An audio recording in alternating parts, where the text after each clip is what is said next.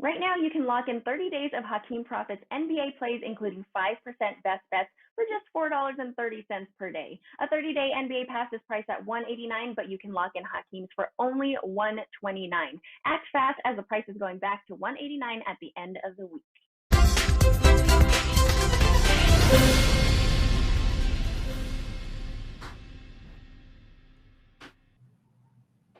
All right, guys, and away we go. It is the NBA tip-off show powered by WagerTalk.com on this January the 7th.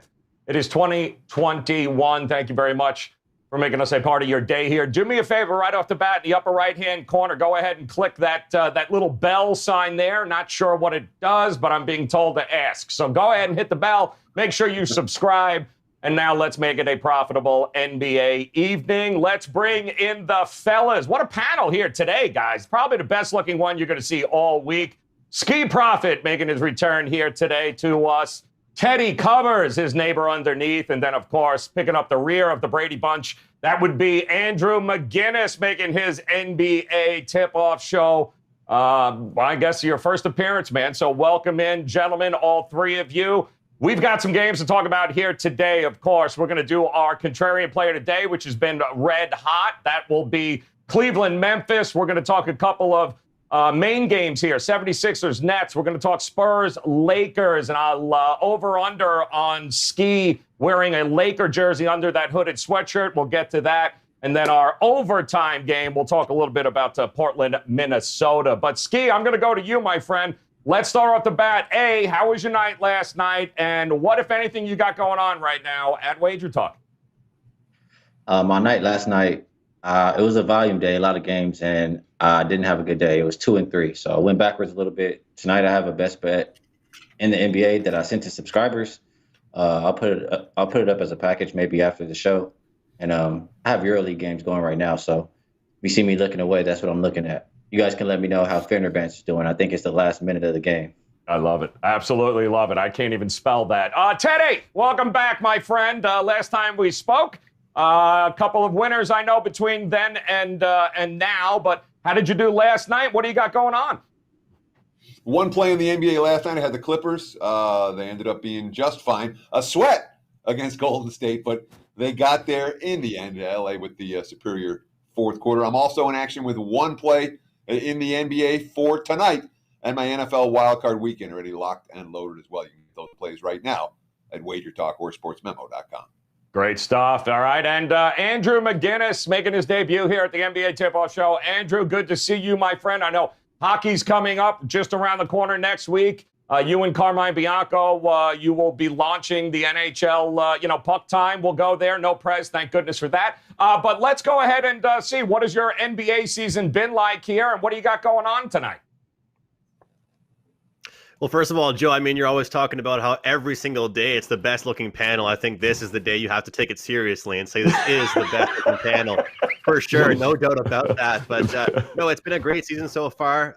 In full transparency, it's been interesting getting to know each team, the chemistry flow from their teammates. But overall, it's been a pretty good season so far. Last night, pretty much a split. I had some props going, some totals, some sides. Did have a winner, a 4% winner on the Clippers, just like Teddy. But overall, it was a split for me. So looking to get back in the W column tonight.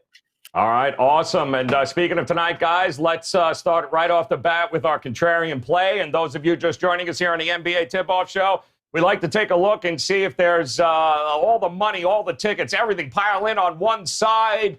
And do any of us have the nerve to go the other way? And that game tonight on a short card, 5 games here tonight, appears to be Cleveland and Memphis, certainly early on. All the money, all the tickets seem to be heading towards Memphis here. Opens up at -4. I'm seeing -6, even a 6.5 out there right now. So, Ski, I'm going to start with you, my friend. Not a lot of love for the Cavs. Not sure that they're wrong, but I don't know. What do you think about this line move here? I understand it. I know why it's moving. Cleveland's missing a lot of guys in their rotation. It's their third game in 4 nights, fourth game, 6 nights. Well, I think it's their 5th game of 6-game road trip. So I understand why it's moving, but at the same time, I just don't think Memphis is that good to be laying 5 points. I don't want to expect them to win by more than 2 possessions. I don't want them as a favorite, really, in general. So the only way I would look to play this game from the side perspective would be Cleveland. Teddy brings up a good point. It's been a rough stretch here for Cleveland, but I don't know. Is there a number you have in mind that if it gets to, you can only look Cleveland in this spot? So, I mean, Cleveland is not going to have Darius Garland tonight. They're also not likely to have Colin Sexton. That's their two leading scorers. Sexton, amazingly, top 5 in the NBA in points in the paint. All right, the only guard in that group. So without that duo, and right now Sexton is a question mark. That's why all the money's poured in on Memphis over the course of literally the last 15 minutes, half hour. We've seen a big move towards the Grizzlies because of that Sexton injury info. And my assessment is pretty much from a side perspective, exactly what Akeem said. All right. If I'm playing, I could only look at the Cleveland side. I'm not excited about putting my money on the Dante Exums of the world for the who's likely to be getting ample playing time for the Cavs in the backcourt this evening. And there's no way in hell I'm laying points with Memphis right now. I mean, they're not a team. They're 0 for the season at home. They're 0 for the season as favorites. They're playing without their best 3 players, I would say. So sidewise, no. Under is the one that makes sense to me. Both teams trending strongly to the under, and I'm not expecting pace, and I'm not expecting offensive prowess in this one. Interesting enough here, Andrew. You got the Cavs 4-4 against the number this year. Grizzlies 2-4, and given what you just heard from Ski and Teddy, how do you approach this game if you do it all? Well, I mean, the guys covered a lot of what I was going to say, but you can look at Garland here and the numbers he's put up: 17 points per game, 6.3 assists, shooting 47% from the field. Impressive numbers that you're going to miss. And also, I mean, if you're looking to back this Cleveland team at an underdog standpoint, you can look at this. Memphis scoring 99.8 points per 100 possessions since Morant has been out. This team has not looked good. One of the league's worst offensive teams since missing one key player, obviously a very key player to this team. That's something that you want to mention, of course. But look, overall, when it comes down to it, I'm looking at who these teams have played. You know, I know a big part of Ski's handicap is looking at recency past 4, 5, 6 games. Well, I'm still a little bit more interested in looking at the teams that Memphis has gone up against than looking at Cleveland. You know, back-to-back games against Orlando, a loss against the Knicks. That's not impressive to me, so I get it. You know, this Memphis team is not scoring. They have not looked great without Morant, but I think it's justifiable that they're getting this number here after back-to-back losses against the Lakers. I'm with the public here. I'll take the Grizz. All right, he's going with the Grizz. As you guys see there, our contrarian plays thus far this week here. Started with the Sixers and the line moving away from them to Charlotte. We talked about the Nets. The Bulls were yesterday. Today it happens to be Cleveland, but Andrew says, you know what? The hell with that. Give me the Grizzlies. So good stuff there, gentlemen. Let's talk about one of our prime time games here. We're going to look Sixers-Nets. Speaking of those Brooklyn Nets here, this line opens up at a short 2.5, and I'm seeing -1 for the Sixers right now. And the total 225 kind of inching up a little bit to 226s. I'm seeing. Teddy, I'm going to start with you here. We just saw the Nets. We just talked about them a couple of nights ago over there. And another one of those situations where you were going Nets or you weren't playing the game here. I don't know. Can they repeat that performance here on a 76ers team coming off a 346-point game last night? Tell me what you think. So the betting markets adjust on injuries. I personally don't adjust at all on injuries. I adjust based on team performance. So Kevin Durant's out. The betting markets go nuts. All the money pours in on Philly. And the Nets play arguably their best game of the year. This is not a surprise. This is not unusual. This is the way the NBA works. Right now, we have a Brooklyn team that the market is saying, well, without Durant, the Nets were a playoff team last year. They brought in 2 All-Stars. One of them's out. Kyrie's still there. The team still has depth. They're getting Philly on the second night of back-to-backs. They're getting Philly in a situation where the 76ers have now played 3 consecutive games against teams that couldn't defend them at all. and Washington, and then 2 against Charlotte. And they shot lights out in all 3 of those, 50% plus in 2 of the 3. Well, they hit 60% against Washington. Those are unsustainable numbers. So the only way I can look here, my number for the game is Brooklyn -3. Okay, so with the 76ers laying a point and a half, I got a hunch we'll get back to this game before this show is through. Love that. All right, good stuff. Andrew, listen, Tobias Harris has 41 minutes last night. He logs in. I believe it was 37 minutes for Embiid. Hell of a game of that 141 to 136 marathon last night against the Wizards. But how do you approach a game like this? Second game of a back-to-back for a team that was running all over the place last night. Well, I'll tell you what, this crew on this panel could score 100 against the Washington Wizards. I talk about things that are going to impress me, and that doesn't really impress me looking at the way they finished that game against the Wizards. I don't like seeing a team close things out the way that this Philadelphia 76ers team did. The Philadelphia 76ers, I'm big into the prop market. I'm selling prop plays now at WagerTalk as well. They're a great prop team because you don't know what you're going to get throughout 4 quarters, but you might get some good efforts from each individual player. But as far as team efforts, I'm still not buying it. And as far as the injury goes, I'm spot on, exactly agree with what Teddy said. I also completely think that the depth is underrated early on still to this season with the Brooklyn Nets. Like Teddy said, they have 2 all-stars. You got Kyrie, of course, Durant, but Durant's out for this game. But let's not forget that secondary scoring. Let's not forget the big man presence inside the paint.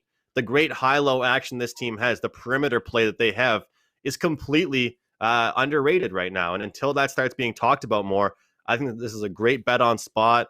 And I don't even really like using the word letdown, but I think just after that game, the disastrous high-scoring effort we saw yesterday for Philadelphia against the Wizards, it's a great spot here for the Nets to keep rolling. And, Ski, this is a tough stretch here for Philly. That win last night was the first. I believe they have 8 games in a span of 12 days on the horizon for them. So they're going to have to be spacing guys out here at some particular point. How are you leaning in this game tonight? I'm high on Philadelphia in general, or I was for this year before the year started. I like their team. I like what they're doing. I didn't like their defense yesterday, but they've been a good defensive team on the year. My problem with Philly today is Seth Curry is questionable, and he's a big reason why they're as good as they are. And it's a back-to-back, so we're not sure if Embiid is going to play. And if one or both those guys are out, I don't want Philly in my pocket. So I still think Brooklyn's a good enough team to win with those guys out. So I would wait on injury news. If you get Embiid in, at least, I still may look towards Philly, but I just have to wait for injury news for this one. All right. The numbers haven't been great for the Sixers. 6-21-1 against the number. Last 28 on the road. 5-15-1 against the number. Last 21 on the road as a favorite. But like Ski said, we're going to have to wait to see exactly what that lineup looks like. All right, game number 2 here tonight, guys. We're going to talk Lakers Spurs. Before we do, I do want to, of course, remind you that right now at WagerTalk.com, any of these gentlemen here on the panel, how about an all-access 30-day pass? Get every one of their college basketball and NBA plays for just $199. You can do that right now at WagerTalk. You need to hurry up. It is straight fire, guys. For $199, these 3 guys, not only every NBA play, but all of their college hoops plays as well. $199. Take advantage of the deal. It is the New Year's resolution special. It will be ending soon, so take advantage of it. $199 at WagerTalk.com. Lakers, Spurs. Lakers open up as a 8-point favorites. That, of course, has been bet down. I'm seeing 5.5s across the board here. Total 225. I'm seeing 222s right now. So, Andrew, let me start with you, my friend. Lakers, Spurs, that number coming down. Does that surprise you, the line move, number one? And how do you break this game down? Well, number one, I think that the Lakers defense doesn't get enough credit. They consistently get these high totals because of the offense they have, because of the superstar power that they have and what they're capable of. But their pace is unmatched. They know how to control games. They have a great mix of youth and also vets, and they know how to control a tempo. They know how to protect a lead. They are not interested in the run and gun, fast-paced game if they do not have to play that. The San Antonio Spurs, that's kind of their bread and butter. They've actually been up there with pace, averaging 111 points per game, 114 points against. End of their 4-game losing streak with 116 to 113 win. But I'm going to go ahead here with the Lakers. I think that they're a team that's not going to always cover the point spreads and just squeak by some wins this season. But I think this is a great spot for them against a team that I just don't trust defensively right now, which is interesting because it's long-term. This is a Spurs team that I always like to have in my pocket as a great defensive team. But I think the Lakers right now, their depth is underrated, and their defense is completely not talked about as much as it should. And they're going to shut down this team. Unless the Spurs can have another great 3-point performance, I just see a complete domination in the paint, and the Lakers get the job done. All right, Ski, let me go to you quick because Teddy just bet me $20 that you are wearing some sort of Laker gear under that sweatshirt. You got something Laker go. Oh, good Christ. I can't believe it. That's $20, Teddy. I know what's going on there. That's it. Way to go, Teddy. Anthony Davis, LeBron James, and Pope, of course, still questionable. Alex Caruso active. LaMarcus Aldridge also active here from the injury report. Do I even have to ask you where you're going in this game, Ski? Well, I thought about breaking out the Lakers jersey, Joe, but I had to decide against it today, and you'll understand why. I don't think that this is a good spot for the Lakers.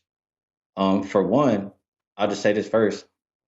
What are they going so hard for this early in the year? You have some of the older guys, like Andrew mentioned. I think it's time to rest somebody. Anthony Davis was dealing with a slight injury. LeBron has been playing every game. I think one of them sits tonight. Now, outside of that, Lakers just coming off a 4-game road trip and first game back at home, and they play again tomorrow. I don't think that's a good spot. I know when guys come back home, they got a lot of stuff they got to do, take care of. I don't know if you guys saw a video of Austin Rivers. He went back home after a road trip and told his girl he's going to go to the gym, and she was pretty much crying and didn't want him to go. So guys have to take care of home and take care of everything when they come off of these road trips. And for them to have to play another game tomorrow, I think that's bad.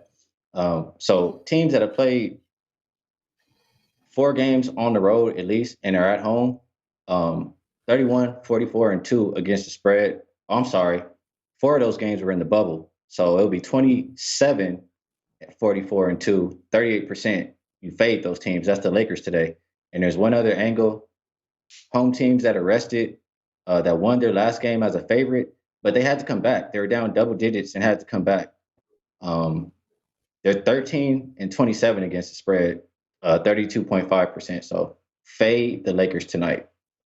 Fade the Lakers tonight. I can't even believe that. Record that. Make sure you clip that out where he just says fade the Lakers. All right, we'll use that in future shows. Teddy, third meeting between these two teams so far this season. Lakers win both on the road. They are home. This is a huge market move here. I'm seeing 9.5 in some places in open. We're down to 5.5. What gives, Teddy? Yeah, the markets aren't expecting Anthony Davis to play tonight. Davis has pulled a muscle, and he's a question mark. LeBron's got an ankle injury. He's a question mark. And the betting markets are not expecting both superstars to play. We don't know if either one of them is going to play. But all the money showing for San Antonio right now has to do with LA first game back from a road trip and the fact that LeBron and or AD may or may not suit up this evening. And those are going to be game time type decisions. You have to be following the markets closely this afternoon to be aware for sure what's going on with LA superstars. Now, the Lakers have already beaten this team twice in the last 10 days or so. This is the third meeting in a very short time frame, which doesn't happen that often in the NBA. I think there's money to be made with San Antonio. I really do. This team made me money in the bubble. I like the attitude of the Spurs. I like the guard play of the Spurs. Don't love the defense of the Spurs, and that's going to hurt them, obviously, against teams like the Lakers, whose offensive efficiency numbers are off the charts. So, yeah, I would agree with Ski on this one. If I'm playing, it's the dog, not the favorite. Yep, a lot of interesting scheduling situations here. We mentioned the Sixers about to embark 8 games in 12 days. Lakers now finally coming on. So it's going to be an interesting season from that. It usually is. Nobody travels more than NBA guys, and which is also why I'm looking forward to hearing what you guys got to think about our overtime game, which, of course, we take a look at the game with the highest total on the board. And that game, once again, we just talked about this, at Minnesota Timberwolves taking on the Portland Trail Blazers. It opened up at 233.5. I'm seeing 233. It is holding strong. So, Teddy, let me throw it back to you and start here. Not a surprise about this number here, but, much like we watched last night with Philadelphia and that Wizards game, that total kept creeping up and up and up here. Is it over or not for you in this matchup? Yes. Yeah. And ironically, these are two bad defensive teams when you look at the numbers throughout the course of the campaign from a defensive efficiency standpoint. You've got a Blazers team that ranks 26th in defensive efficiency, and they're a good notch or two better than Minnesota, who ranks 29th in defensive efficiency. So bad, not mediocre. These are two bad defensive teams, and I'm seeing no signs of improvement for either squad. When you get two bad defensive teams that play with pace, and it's not like either one of these teams is playing with crazy pace, but neither one is a slow down squad, and both of them rank in the top. Portland's number 11 in pace, and Minnesota's number 7. So they're playing fast, and they're not playing defense. You put those two factors together, and if I'm getting involved with this total, I could only look at the over. I want no part of the under. Despite that, ironically, both these teams have cashed more unders and overs this year. I don't know that's going to be the case long term. Yeah, I don't know. That's going to keep happening there. No Karl Anthony Towns there, Andrew, once again for Minnesota. But listen, Portland's given up close to 120 points a game. So when you look at a total this high in this spot here, is it just over or nothing for you with these two teams? So to me, pace is a very interesting word to use in basketball, because how do you really judge that? How can you look at it from not just a statistical standpoint, from with your own eyes? You're watching the game. How do you judge it? And I talked about the Lakers and how I think that they know when to slow the ball down. They know when they have to push the pace. I love the way the Lakers handle that. They're up and down with when they know they should play fast, when they should play slow. This Portland team, they would play fast if they were up by 100 points. It's just what they do. It's how those guys operate. I mean, they are absolute ballers, and they just want to jack up their stats. They want to pad their stats. They want to continue to play the game. And from a viewership perspective and from a betting totals perspective, you have to appreciate something like that, because what that team is telling us is that no matter the margin, no matter what is going on in the game, they're going to continue to score, going to continue to shoot from the logo and actually hit it. They're going to continue to do things like that. And as far as Minnesota goes, these are both teams, not just one team, both teams giving up close to 120 a game. A lot of times, we saw it in football, the highest total on the board, it's high for a reason. And I would say right here for this one, it's the exact same thing for this one. The only way I would look is over here. Ski, it's interesting. You look at the numbers here, 6 of 7 meetings between the last 6 of 7 between these two teams have certainly gone the over. Minnesota's last 5 on the road, over. In Portland, how are you looking at this game tonight?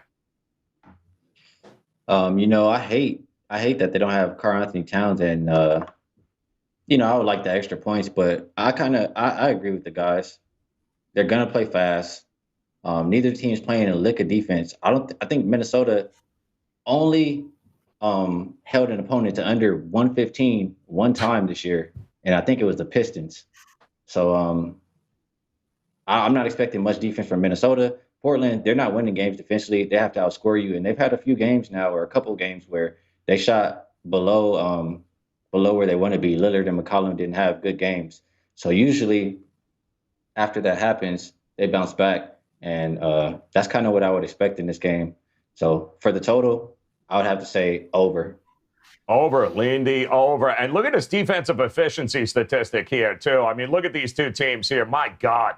Don't expect anything in the 80s and 90s from these two teams. Holy crap. Number 25 and number 30 in the NBA on defensive efficiency. It's no wonder we're looking in the mid-230s here, and that's probably only going to continue to go up. Wait till we get Karl Anthony back. Then it'll be even more fun to see what goes on there. All right, guys, another quick reminder here. WagerTalk.com right now, 30 days, all access. Get every one of their college basketball and, of course, the NBA plays. Everyone they have for the next 30 days. Every selection they post, yours for $1.99 right now. WagerTalk.com. Get there. Ski Profit, Teddy Covers, Andrew McGinnis, all yours. 30 days. Get every one of their basketball plays, NBA and college hoops, for $1.99. All right, gentlemen, it is time for our buzzer beaters. That is right. It is time to take a look at some of your best bets here tonight. Short card, 5 games. In fact, the only game we didn't touch base on, and I have a feeling one of you might do that right now, is Dallas and Denver. But Ski, let's start with you, my friend. What is your buzzer beater? We will put 60 seconds on the clock because we will hound you. So go ahead, Ski. What do you got? I think I'll be all right. I'll make it on time. All right. But if anybody's going to use that Dallas and Denver game, I just saw that Michael Porter Jr. is ruled out. So there's that info. I want to mention a couple more quick stats before I get my best bet that I forgot to mention. Cavs on the road versus less than 45% win teams, 11-2 against the spread, and 4 of those were on a back-to-back. Spurs 3-0 against the spread on the road, and that's my best bet. I may not be able to watch this game. I may have to check out the replay because I won't enjoy it. But I like the Spurs the most tonight. The spot for the Lakers just doesn't – it's not a good spot for the Lakers. I'm not expecting the stars to play, particularly Anthony Davis, just like Teddy said. So I gave you 2 big reasons to fade the Spurs. Long road trip back at home and home rested team that had to come back down double digits. Give me the Spurs. Wow, look at that. Nothing but net, guys. He even left time on the damn clock. Very impressive, Ski. And listen, if I'm being honest here, if there are basketball gods listening right now, the Lakers need to blow out the Spurs so we can just have, for the next month and a half, ride your ass that you didn't back the Lakers and they ended up winning. So, Teddy, come on, man. Let's go. Talk to us. Which way you going here tonight? All right. So, like Hakeem, I'm also going to use a little bit of my time to talk about something we referenced earlier, because there was a difference in the basketball. I was talking about defensive efficiency, and my numbers were 26 and 29, and your numbers were 25 and 30. I just wanted to clarify. Sure. I'm using the Hollinger stats, you're using the basketballreference.com stats. They're both capable indicators of defensive efficiency, offensive efficiency, and pace. There may be slight differences thereof. I referenced this a little bit earlier in the show, talking about how I had the Nets as favorites in my numbers against Philadelphia. And I talked about how I'm not adjusting my powering numbers off of injuries. I'm adjusting my powering numbers off of results. The Nets' results without Kevin Durant do not tell me that they should be dogs in this game tonight. Betting against Philly on the second of back-to-backs, betting against Philly on the road, all of which makes sense to me. Give me the Nets. Plus, you can still find plus 1.5 out there. That's what I like. Oh, look at that. Nothing. Look at that. The time beater. I love it. Teddy hitting nothing but the bottom of the net there. All right, Andrew, no pressure. And by the way, I do want to just add something to that Denver game, and it's kind of shocking to me. No Porzingis for Dallas. What a shocker. Andrew, come on. Talk to me, man. Buzzer beater. Give me 60 seconds on the clocks, brother. Come on. You can do this. Yeah, well, since they use their time to throw out some stats and information, I'll just say how much of an honor it is to be on the show that Ski fades his team. That's all I want to say. We can record that, my debut on the NBA tip-off. And Ski fading his favorite team. You got to love it. I touched on this game earlier. We talked about how high totals are high for a reason, low totals are low for a reason. I'm looking at the Memphis game, under the total, Memphis and Cleveland. Like I said, Memphis scoring 99.8 points per 100 possessions without Morant. We're also talking about Garland, the injury there. And this Cleveland team, second in advanced stats for defensive efficiency, and also second in adjusted. That adjusted means according to their schedule. So not just playing soft teams, but it's adjusted that way. They're playing great defense. Both teams have injury issues, and they're going to want to play a great defensive game to try and have any chance of winning. That's kind of the way I see it here. That's my best bet. It's at 208.5 now. It's dropping a little bit, so grab that now.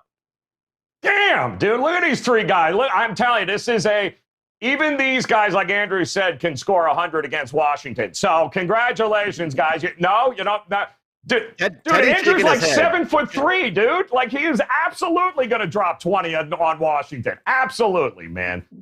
Eddie has no faith. 0. Eddie, you know how much defense there is in the NBA right now? You know how much defense they play? Zero defense. I think give me a recap, damn it. Give me that damn recap in case you're just joining us here. Here we go. Ski Prop.